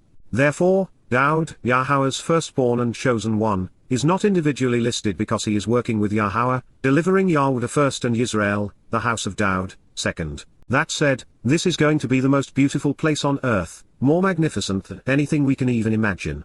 Yahuwah will be sculpting with light, and the people will be as radiant as their homes are glorious. The way this is worded, we know that Yahuwdah is Yahuwah and Dowd's first priority. And yet, when all is said and done, it will be no more majestic than Yaruwshalaim. And that is because Yahuwah is going to treat all of his children as if they were royalty, even those of us who are adopted. 173 On that day, Har Yowm Ha-Hu, during that time, Yahuwah, a transliteration of Yahuwah as instructed in his Torah, teaching regarding his higher existence, will defend, Ganon, will protect, serving as a fence, shield, and hedge, the inhabitants of, Yashab, those who live and remain in, Yaruwshalaim, and have their backs, Bod, will be positioned all around and throughout them for their benefit. So it will exist, Wahaya, that the wavering and weak-kneed, Kashal, the feeble and faltering, among them, Bahem, on that day, Har Yowm Ha-Hu, will be likened unto, Ka, will be compared to, Dowd, the beloved, and the house of Dowd, Dowd, will be like God, Kar Elohim, similar to a spiritual implement and heavenly messenger, Kar Malach, comparable to the dispatch, deputy, and envoy, of Yahowah, the proper pronunciation of Yahuwah, our Eloah, God as directed in his Torah, teaching regarding his Har Mowryah, existence and Yaruwshalaim, restoration, in their appearance, La Panahem. Zechariah, remember Yahowah, Zechariah 12:8. As their father and their God, Yahowah will defend and protect the house of Dowd and, therefore, Yisrael, Yahuwdym, and the inhabitants of Yaruwshalaim. He has their backs. If you are looking for God at this time, you will find him among his people. One of Dowd's many exemplary attributes is his courage. When it came to the first duty of a shepherd and king, he never cowered when it came to protecting his people. And he led by example, talking the talk and walking the walk. As with Dowd, as with those of us who follow his lead, we can, should, and will demonstrate similar resolve and character. Courage, demonstrating the will to fight to 174 defend the family, will be ubiquitous among those in the covenant. Even better, just as Dowd is likened unto God upon his return, so shall we be. Similar to our shepherd, we will become ever more like God. Transformed from weak and decaying, aging and limited, physical beings, we will exhibit the energetic appearance of the Malach, who are empowered and eternal spiritual beings akin to light. Thankfully, we will be likened to Dowd and similar to God with the appearance of Malach, which is the best of all possibilities. It is, therefore, the enriched and empowered, the emboldened and fearless, who are inheriting the kingdom of God, not the mealy-mouthed or meek. Every time Dowd's name appears in the Mizmor, Psalms, and thus by his own hand, it is written Dwd. Dowd's contemporary, Shamuel, also scribed the Mashiach's name as Dwd. Of the 1073 appearances, plus or minus 7 occurrences depending upon the resource, of the king's name in the various Masoretic texts, approximately 1144 inclusive of the noun, Dowd, it is written in the longer form as Dwd 285 times. Of those occasions, they are mostly from books assigned to the Second Temple period, with the mixed usage of Dwd and Dwd occurring after the dawn of the 6th century BCE. Every book belonging to the First Temple period, or not later than the first part of the 6th century, presents the Mashiach's name as Dwd. To be even more specific, in the script of the prophet who knew him best, Shamuel, Dowd's name appears 575 times as Dwd and not a single time as Dwd. The three-letter spelling is further reinforced in Forksam, which is dated to 250 BCE, and is thus among the oldest scrolls. In Melachim, Kings, the name of the King of Kings is written 93 times as Dwd, appearing 3 times as Dwd 175, which are likely from the hands of later copyists. In his own Mizmor, Psalms and Martial, Proverbs, the prophet's name is scribed Dwd all 88 times. In the major prophets, Isaiah and Jeremiah, we find Dwd written 28 times, while Dwd appears just once. In the books attributed to his great-grandmother and to his son, Ruth and Ecclesiastes, all 3 occurrences of Yahweh's chosen one were written as Dowd. The exception to this rule is found in the minor prophets, like Zechariah and Malachi, where we find Dowd once and Dwd 8 times.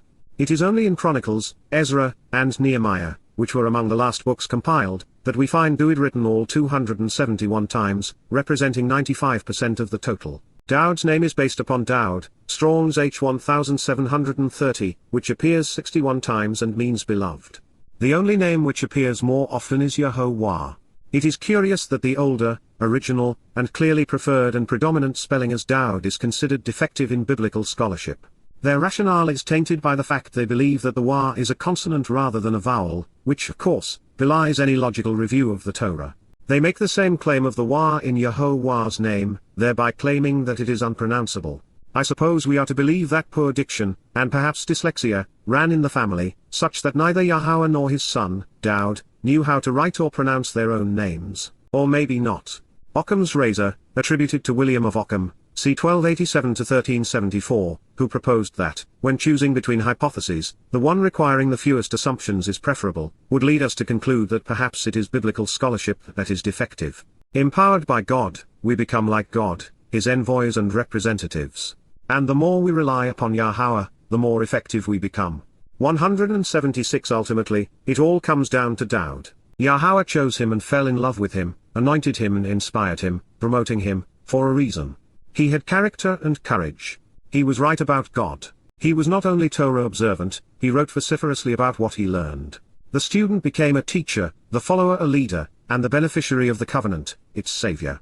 Ultimately, we are with Yahweh and his people, or we are against him and them. The decision is literally life or death. And it will come about, Wahaya, it will occur, at that time, Waha Yom Ha-Hu, in that day, that I will seek to hold responsible and thus accountable, thereby choosing, Bakosh, I will investigate and judge, procuring information to interrogate while demonstrating my desire, to decimate and exterminate, La Shamid, to overthrow and destroy, annihilating and getting rid of, thereby abolishing, all of, Shurl, the totality of, every one of, the Gentiles, Hargoim, those unrelated to Israel, the animalistic people. Uncultured and uncivilized heathens, godless nations, a swarm of adversaries, and lifeless corpses, who will have come against, Haboal, those who arrive in opposition to, pursuing, Yaruwshalaim, source of guidance on reconciliation, from Yarah, the source of teaching and guidance, and Shalom, restitution, redemption, and renewal. Zechariah, remember Yahowah, Zechariah 12:9. I suspect that this shatters the myth that God wants to save everyone such that none should perish.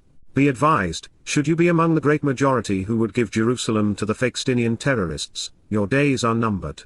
To have done something whereby accountability necessitates extermination is a serious crime. And here, the judge and executioner are God. 177 Those confused by liberal jargon are unable to fathom the compassion in these words. They have been led to believe that hate is the enemy of humankind when it is actually a virtue.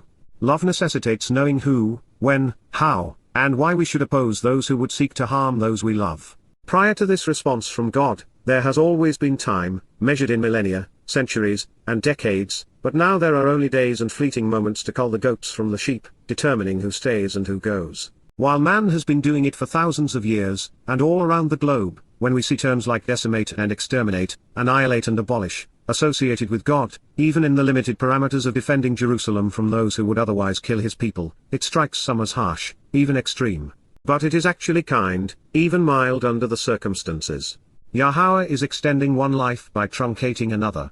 Moreover, it is fair to annihilate those who sought to exterminate his family. Further, God is responsible for conceiving the lives that he is now terminating, meaning that for them it would still have been a net gain. After all, he could send them all to Shaul. In the context of Yowm Kipurym, understand that Yahowah's return is either reconciliation's day or judgment day, depending upon what or who brought these people to Yaruwshalaim. Having removed the pathogens from his home, Yahowah is prepared to fulfill Yowm Kipurym.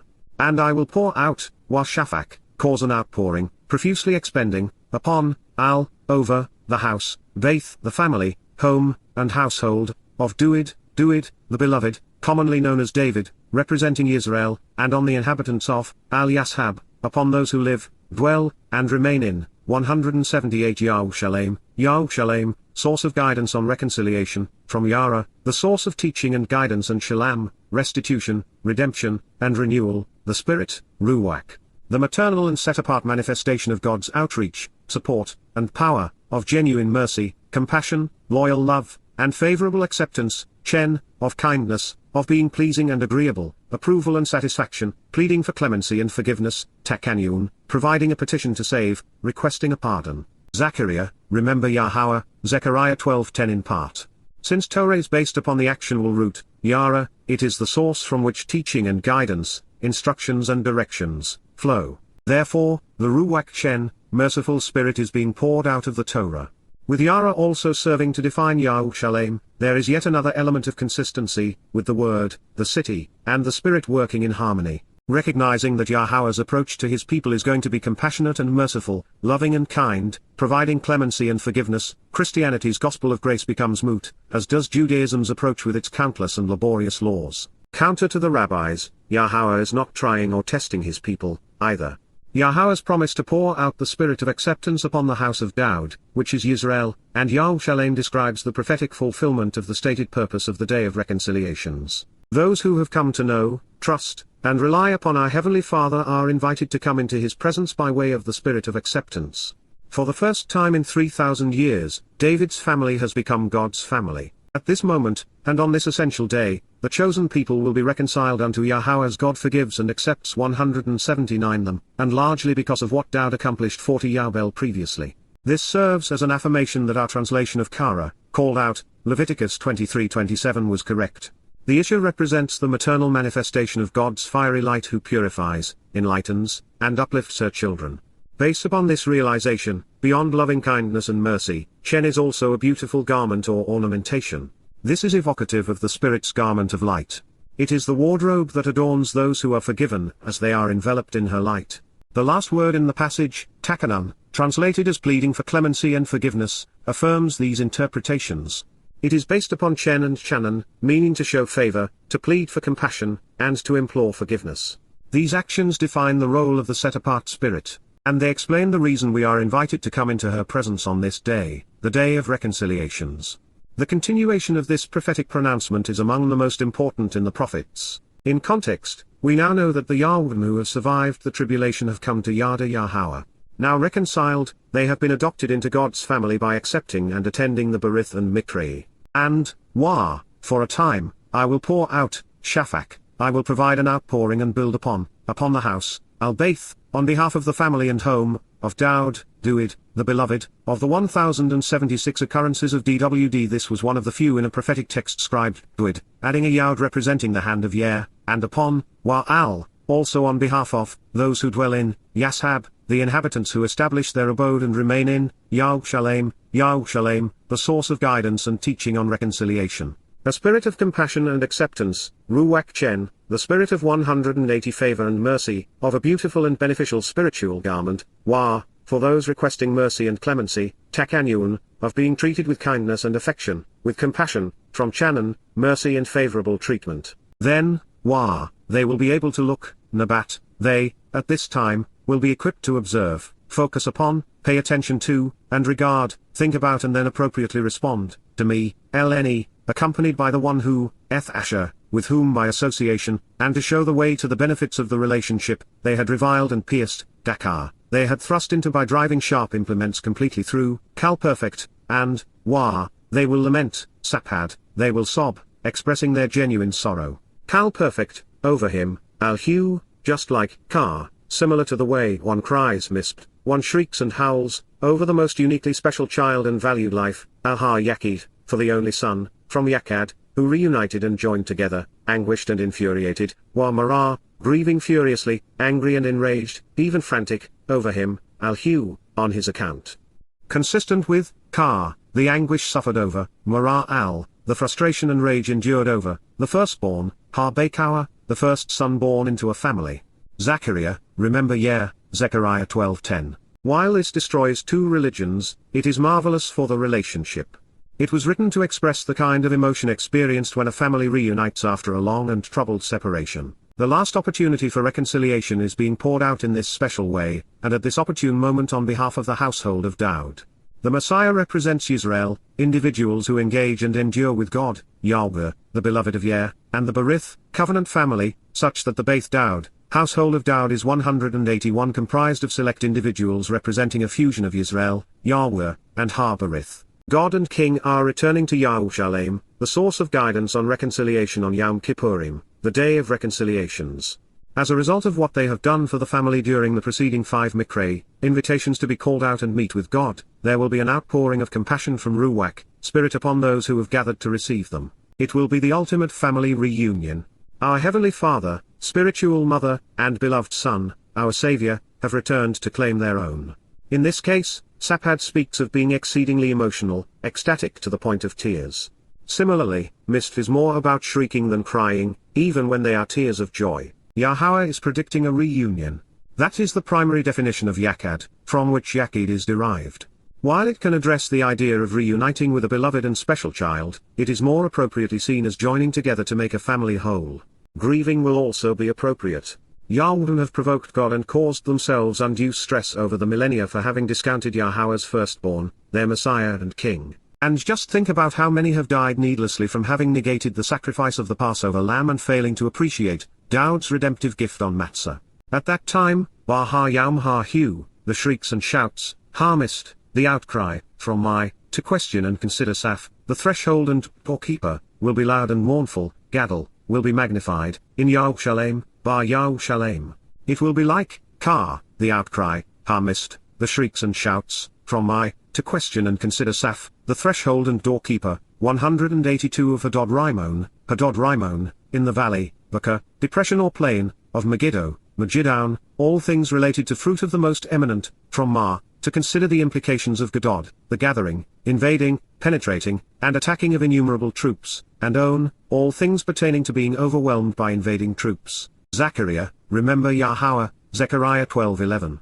Hadad and Rimown are similar, in that they both represent the archetype of a dying and resurrected God upon which the Christian Jesus was developed. Outside of Canaan and Syria, and in their more popular guises, these pagan idols were known as Tammuz and Osiris, Adonis and Dionysus. Hadad is a derivative of Hadad, which in turn is associated with Adown, Lord, and Adonis. Hadad was also the name of Ishmael's son, but more on that later. In this regard, be mindful that Paul referred to his demonic deity as the prince of the power of the air, and thus as a wind and storm spirit. Ephesians 2:1-2, the devil's advocate would go on to further implicate himself in the same letter, writing, "We do not wrestle against flesh and blood, but against the rulers, against the authorities, against the cosmic powers over this present darkness, against the spiritual forces of evil in the heavenly places." Ephesians 6:12, working for Satan, Shaul battled against heaven. Rimown was both the name of a Babylonian wind and storm god and is the title bequeathed to the idol, Hadad. In the ancient world, wind was synonymous with spirit, and thus Hadad Rimown was a spiritual entity, just like Satan. And speaking of the devil, Rimown was best known in Damascus, the very place Paul would encounter him. The ancient town of Hadad Rimown was located around 11 miles from Mount Carmel and 11 from 183, the site which would become known as Nazareth to Christians. And that, my friends, is telling.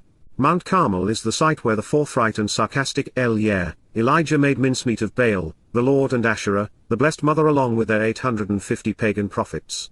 Enraged that had ordered the deaths of her priests, Queen Jezebel, along with her husband, Ahab, the king of Israel, threatened to kill him. It was they who had instituted the worship of Baal and Asherah, making their veneration the lone authorized and acceptable religion of the land. It was all prophetic of the rise and rule of Roman Catholicism, of their priesthood, of their monarchs, of their animosity toward Yahowah, and their homage to the Lord and blessed Mother of God. 11 centuries thereafter, having forgotten the lesson of Eliah's lecture, the legend of the Roman Catholic Lord would grow again with the emergence of their imaginary Jesus of Nazareth. And so, in God's typical fashion, Eliah will return as a witness, on Passover in 2030, to lambaste the resulting religion yet again. Shiga'own is where Judean king Josiah lost his life to Miriam. During his reign from 640 to 609 BCE, commencing when he was just 8 years old, we are told that he walked exclusively in the way of Dowd, his father, and did not turn aside to the right or to the left. Melachim, 2 Kings 22:2, his great-grandfather had been King Hezekiah, the man who allowed Yahowah to save Yahweh, Judah by observing the Torah, ridding the nation of religion, and then celebrating Chag Matzah. Of Hezekiah, it is said, he did what was right in the sight of Yahowah, doing as Dowd had done. 2 Kings 18:3 and 2 Chronicles 29:2, Yoshiawu's grandfather, however, was a reprobate, turning the temple into a pantheon of pagan idolatry. 184 inches the 8th year of Yoshiawu's reign he began to seek the God of his father, Dowd. 4 years later, when he was 20, he ordered the destruction of all altars and images to Baal, the Lord, throughout Jerusalem and Judah. 2 Chronicles 34:1-3. Next, he focused on restoring the temple, cleaning it of religious artifacts. 2 Kings 22:3. While doing so, the Torah scroll of Yahowah given by Moses was rediscovered. His response is detailed in 2 Kings 22-23 and 2 Chronicles 34-35. Walking in the ways of Dowd, Yoshiawu exposed and condemned Jewish religious practices and astral cults, after which an exclusive relationship with Yahowah was re-established. The truth notwithstanding, for much of the 19th and 20th centuries, it was commonly agreed among biblical scholars that the scroll of the Torah was part of a legendary narrative alluding to the notion that an early predecessor of the Torah was invented by Josiah's priests who were driven by ideological interests to centralize their power. Archaeological discoveries and a closer examination of the text have made these scholars appear foolish. The prophetic proclamations of Yowm Kipurym began during Yoshiawu's reign, focusing on the exiled 10 tribes of Israel. It was against the advice of the prophets that Josiah went to war against Egypt, a decision that would cost him his life. To his credit, legend would have it that he may have foreseen the potential for the catastrophe which ensued, so he concealed the Ark of the Covenant and its contents inside a chamber that Solomon had conceived for the purpose. It was not as if Josiah marched into Egypt to pick a fight. The world around him was in flux, with the Assyrian Empire disintegrating. Prior to the rise of the Neo-Babylonian Empire, Egypt, under Pharaoh Necho II, marched a massive army up to the western extremity of the Euphrates to aid the Assyrians against the upstart Babylonians. His mercenaries passed through the great 185 Jezreel Valley, which was blocked by Josiah and his Judean army at Megiddo. During the fierce fighting, Yoshuahu was observed by the Pharaoh and killed. Necho, whose forces were now delayed and weakened, failed to capture Haran even when aided by Assyrian forces. It was lamentable because, upon his return, Necho imposed his authority over Judea, demanding nearly 4 tons of silver and 75 pounds of gold. It would mark the terminus of Davidic rule and the end of Yahuwdah's independence. With the mention of Hadad Rimown in the valley of Megiddo, Yahweh is drawing our attention to all that had and would transpire in this place. It is the line in the sand between political, military, and religious power on one side and a relationship with Yahweh on the other. As an aid to understanding, the Hebrew word for spirit, ruach, also means wind. Wind is an outside force that is powerful. It can be beneficial or harmful, and it can be felt and inhaled, and yet it cannot be seen. Similarly, the Hebrew word for soul, nepesh, also means breath. This is air warmed and changed by life, and thus it is known as the sign of life. But unlike the wind which continues to blow, man's breath is temporal, signifying mortality. All spirits, good and bad, are immortal. Coveting Yahweh's symbols, and therefore counterfeiting them, the Rimown title was chosen by Satan because it means pomegranate. Seeing them as beautiful, Yahweh used pomegranates to decorate the robes of the high priest, beginning with Aaron. It may also have been because of their blood-red color and stain, which was symbolic of the blood shed by the Passover lamb. In Satan's case, it was the symbol of death. Rimown is from Ramam, to be lifted up and exalted. It is of seeds in a pomegranate that Rabbi Maimonides would falsely equate to the 613 laws he had deduced. 186. A fellow covenant member, and the man who has devoted his time to fact-checking Yada Yahowah, noticed one blustery day that once the blossoms fluttered away from his pomegranate bushes, the resulting star-shaped sepals had a different number of points, which is unique in nature. The majority had 6 points, many had 5, while some had a 7-pointed crown. Knowing that there had to be a reason for Yahweh to have instructed Aaron to place 3 colors of pomegranates on his robe, he deduced that symbolically, the ratio between the more prevalent 6 spiked, and less observed 5 and 7 crown sepals, represented the 3 outcomes available to human souls. With 6 representing the number of man, the majority of pomegranates bud, flower, fruit, and then fade away.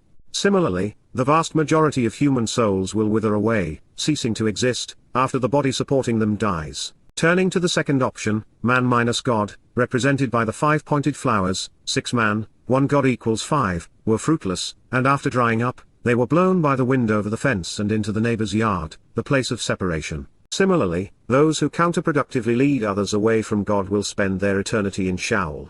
Whereas the 7-pointed flowers, symbolic of man with God, blossomed and grew, bearing good fruit prior to being harvested, and lifted up into Shamaim, the heavens. Okay, he may have eaten too many pomegranates, but it is a good story. In actuality, his accounting was accurate. The overwhelming majority of pomegranates begin life with 6 sepals, with petals alternating in between. 5 is the next most common arrangement, followed by 7 sepal blossoms. But on the rare occasion, there are 8, symbolic of eternal life. These starbursts remain with the fruit and provide an enduring crown. There is a singular style in the center of it all with 2 stigmas to receive pollen. In the most productive flowers, the stigmas are seen 187 rising above the anthers, symbolic of prioritizing God in our lives. While we are on the subject, there are some interesting facts about pomegranates. It is mostly a deciduous shrub which can grow into a small tree. It is a fruit with berries, and it is native to Israel, with more than 50 varieties growing in the land. The flowers are male and female, with the males providing pollen and then falling to the ground. The females bear fruit in their ovaries. It is typically self-pollinating but can cross-pollinate. The more normal, healthier fruit occurs when cultures are not mixed. Pomegranates mature very quickly and are among the only fruits to flower from seeds within a year. In their second season, they will bear fruit. The seeds sit inside an epidermal sac and feature 8 vitamins: thiamine, riboflavin, niacin, pantothenic acid, choline, C, E, and K. They are ripe with 8 minerals: calcium, iron, magnesium, manganese, phosphorus, potassium, sodium, and zinc. 8 is the number of everlasting life. It is a superfood. The fruit is comprised of 3 layers, a hard, inedible outer husk, serving as a wall to protect the fruit. It takes some work to remove and then is discarded. There is a bitter and fleshy asymmetrical inner mesocarp beneath the harsh exterior. Then you have the treasure, the amazing berries containing the seeds which explode with flavor and nutrients. Ancient cultures used pomegranate to remedy digestive disorders, skin lesions, and internal parasites. Today is prescribed to aid in fighting heart disease, diabetes, and cancer. Used to decorate the columns leading into Yahweh's temple, there is every likelihood that the pomegranate was the fruit of the tree of the knowledge of good and bad. And so, it is interesting that there is a Babylonian god named after the Rimown, pomegranate Satan encouraged 188 Towrah to eat. This is especially so considering that she wanted to be like God, and there is a crown on top of each fruit. Moving on to the other half of the name, Yahowah listed the 12 tribes that would be derived from Ishmael, in Bersith, Genesis 25:12-16.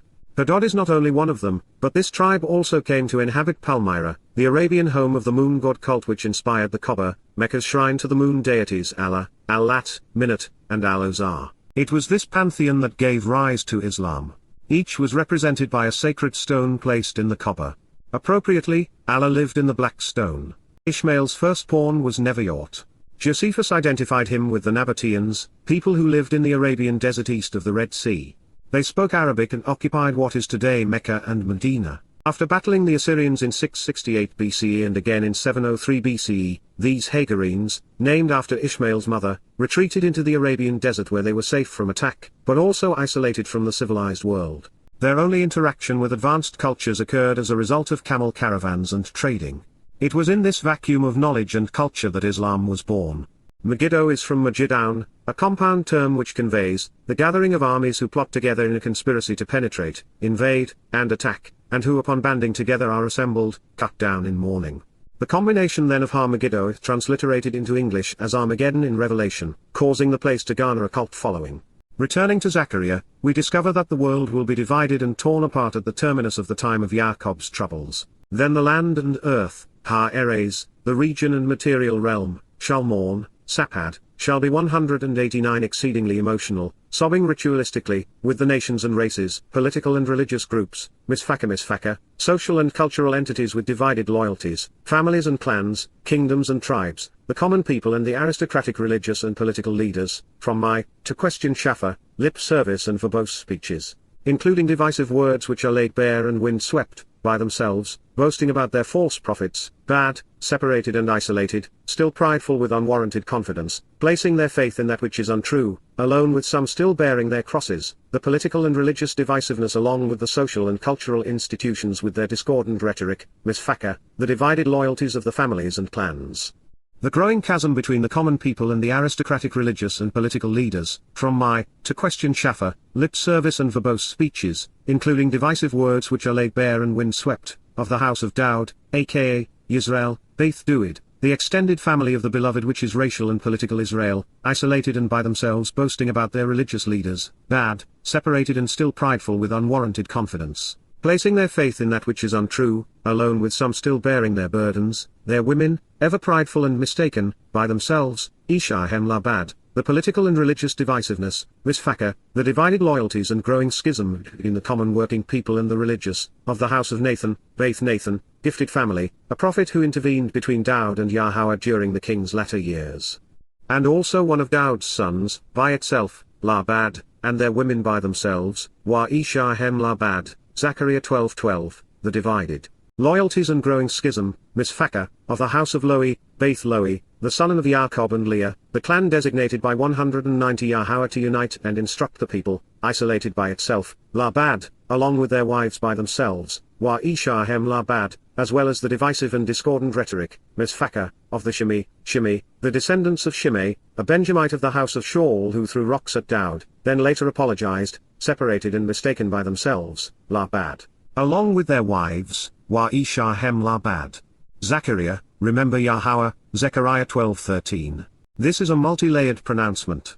I suspect that the initial mention of Eres in this context can be read as either the land, as in Israel, or the earth. Both shall mourn, albeit for some of the same reasons. The world is at war. Mankind has become ignorant and irrational, religious, political, conspiratorial, and militaristic. Currencies have been rendered worthless, and the world's economies are in shambles. Misfaka is equally adept at distinguishing between nations and races, political parties or religious institutions. These have run amok in Israel and elsewhere. Just as we have witnessed in America with the widening schism between liberal and conservative, Israel is unable to establish a stable government. And in these places where 80% of the Jewish population abides, there is an irreparable division between those who work and contribute, and those who do not, considering themselves entitled. Through it all there is nothing but lip service and divisive rhetoric. While the world should be ashamed, there is an ever-growing, and yet completely unwarranted confidence. The boasting derived from placing one's faith in false prophets has become particularly bad. And nowhere has blind faith in liars become more invasive than among the Haredi in Israel. In this regard, it is useful to know that the Haredi are wholly dysfunctional, lacking everything other than 191 arrogance and religious indoctrination. They value nothing beyond their Babylonian Talmud, which these incompetent and irrational nincompoops stupidly call the Torah. They are unemployable by design, a rabbinic plot to control every aspect of their lives. They are parasites, who will do nothing but cry when the world comes crashing down around them. Their women have no rights and have become as useless as the men. But sadly, like Muslims, they breed like rabbits, with an average of 7 children per household. Currently at nearly 20% of Israeli Jews, and doubling every 16 years, upon Yahweh's return, a third of Israeli Jews will be unsalvageable and worthless, a blight on the house of Dowd. And they are, as Yahweh has predicted, isolated and divisive crybabies. Personally, I share Yahweh's disgust for them, which is why I am glad that they no longer learn English. They have no way of understanding what we have written. And we are not alone. Secular Israelis have heard more than enough of their demeaning and condescending rhetoric and will not continue to support their nasty habits. The creation of the religious welfare state is the dirty secret of Benjamin Netanyahu, who bribed the rabbis to garner their votes in the dysfunctional parliamentary system of Israeli governance. If there ever was a place of misfaka, political and religious divisiveness, and discordant rhetoric, an unsurmountable chasm between working men and women and the hopelessly religious, it is in Israel today. The Hasidic Haredim have isolated themselves by boasting about their religious leaders. They are separated and still prideful with unwarranted confidence, placing their faith in that which is untrue. And so now we know why Yahweh said such things of the house of Dowd, aka Israel, as they are isolated and by themselves, placing their faith in their deceitful religious leaders. But what are we to make of the house of 192 Nathan? Here we have two choices. On the positive side we have a prophet, a man who actually intervened between Dowd and Yahweh during the king's decline in mental acuteness. He brought us one of the most important and misunderstood prophecies ever recorded, the one presented in Shamuel, 2 Samuel 7, whose understanding is key to knowing the who, what, when, and why of the past and future. And then there was the Nathan who was David's son. This Nathan was the fourth born to Bathsheba and the 11th, overall. But other than being listed among Dowd's progeny, nothing is said of him. And yet we know that the seed of Bathsheba is tainted. The way Dowd acquired her hand in marriage was exceedingly offensive to Yahweh, in that he sent a good man off to war, expecting him to die, so that he could take his wife. Their firstborn died as a result, even before he could be named. The second was Solomon, whose lust for power, wealth, and women proved corrupt. In that bad is a divisive and isolating term. Perhaps it is this very distinction, of the product of a prophet or the effect of lust, that we are to contemplate and compare. Such are the misfaka divided loyalties of the house of Nathan. There are two other names in this prophecy, and again, they provide a contrast considering what they represent. Yahweh chose the lowly to serve his people. Their role was to help everyone understand the Torah and capitalize upon the Mow'ed Mikra. Their purpose was ultimately negated, not by God but instead by the wiles of men. The priests became corrupt, something which became especially apparent during the row between Jezebel and Elijah. They were better off dead. And later, rabbis would replace them, claiming their authority for themselves. 193 Shimei started off badly and then became duplicitous. He is known for throwing dirt into the air and stones at Dowd. He was a Benjamite of the house of Shaul. In him we see Shaul, Paul, who did far worse than cloud the air while seeking the demise of Dowd. He wrote and spoke the most duplicitous and divisive misfaka religious and political rhetoric conceivable. He was bad, arrogant and dishonest, writing letters and inspiring gospels which would lead directly to this showdown between the Benjamite and Yahweh's Yowm Kipurym. This journey through time has been worth the toll of our time. This is the prophetic pronouncement, Massa, of Yahweh's, Yahweh, word, Debar, concerning, Yisrael, Yahweh, who spread out and curved, Nata, the universe, Shamaim, and established, Yasad, the earth, Erez, and who shaped the impulse for, Yazar, the spirit, Ruach, inside, Bar Kireb, Adam, humankind, Adam, predicts, Naam, Zechariah 12:1, Behold, Hine, I am preserving, Sim, Yaruwshalaim, Yaruwshalaim, as the threshold and doorway, Saf, of reeling and staggering intoxication, Ral. For all of the surrounding people, La Shul Har and Sabib, and also for those against, Wagamal, Yahuwdah. This will exist during, Hayabar, the siege, the methodical confining and process of surrounding the city and blocking off access during this time of trouble, Har Matzor, against, Yaruwshalaim, the source of instruction on reconciliation, Yaruwshalaim. Zechariah 12:2. It shall be, Wahaya, during this time, Bahar Yowm Ha-Hu, that I will cause, Sim, Yaruwshalaim, Yaruwshalaim, to be an immovable stone and difficult 194 challenge, Eben Marmasa, for all of these people, La Shul Ha'am. Everyone who attempts to move it, Shul Amashai, will lacerate and impale themselves, Sarat. And yet, Gentiles from every ethnicity, nation, religion, and place on earth, Shul Gawam Ha-Eres, will gather against it, Asaph al-Hai. Zechariah 12:3. During that time, Bahar Yowm Ha-Hu, Yahowah, declares prophetically, Naum, I will strike and destroy, Naka, every, Shul, fast-moving and flying weapon of war, Suz, by confusing, Bahar Timahown, the drivers, Warakabhu, causing them to be irrational and erratic, shiga'own. So, for the sake of the house, albeit, of Yahuwdah, I will keep my eyes open, Pakek Ethine, and therefore, every one of these peoples, Shul Ha'am, fast-moving and flying weapons of war, Suz, I will afflict, Naka, with the inability to see, Bahar Iraun. Zechariah 12:4. Then the close friends and lovers, al-Yuf of Yahuwdah, will use their best judgment, Labhem, to say, Amar, for me, La Eni, those who live and remain in, Yashab, Yaruwshalaim, are supported and empowered, strengthened, equipped, and enabled, Amsa, by, Yahowah, their God, Elohim Hem, and his conscripts who assist, Zaba. Zechariah 12:5. In that day, Bahar Yowm Ha-Hu, I will cause, Sim, the close friends, related family, and lovers, al-Yuf of Yahuwdah, the beloved of Yahweh, to be like, Kar, a flaming pulpit, Kya Esh, in the timbers, Bar Etz, and like a blazing torch, Laphideth, among stalks of fallen grain, Bar Amiah. 195 And they will devour them, Kal, to the right and to the left, Al-Yamin Samaul, enveloping all of the surrounding armies and peoples, Shul Har and Sabib, while Yaruwshalaim, shall continue to be inhabited, now and forevermore, Yashabod, succeeding, with one thing logically following another, through time, taketh in, Yaruwshalaim. Zechariah 12:6. Yahuwah, will rescue and deliver, save and protect, Yahuwdah, homes and households, Ohul, first and foremost, and in the initial phase, Bahar Rishon, so that, Laman, the honor and glory, Tifereth, of the house, Vaith, of Dowd, and the splendor, Tifereth, of the inhabitants of, Yashab, Yaruwshalaim, are not surpassed by, Lo Gadol, Yahuwdah. Zechariah 12:7. On that day, Bahar Yowm Ha-Hu, Yahowah, will defend, Ganon, the inhabitants of, Yashab, Yaruwshalaim, and have their backs, Bod.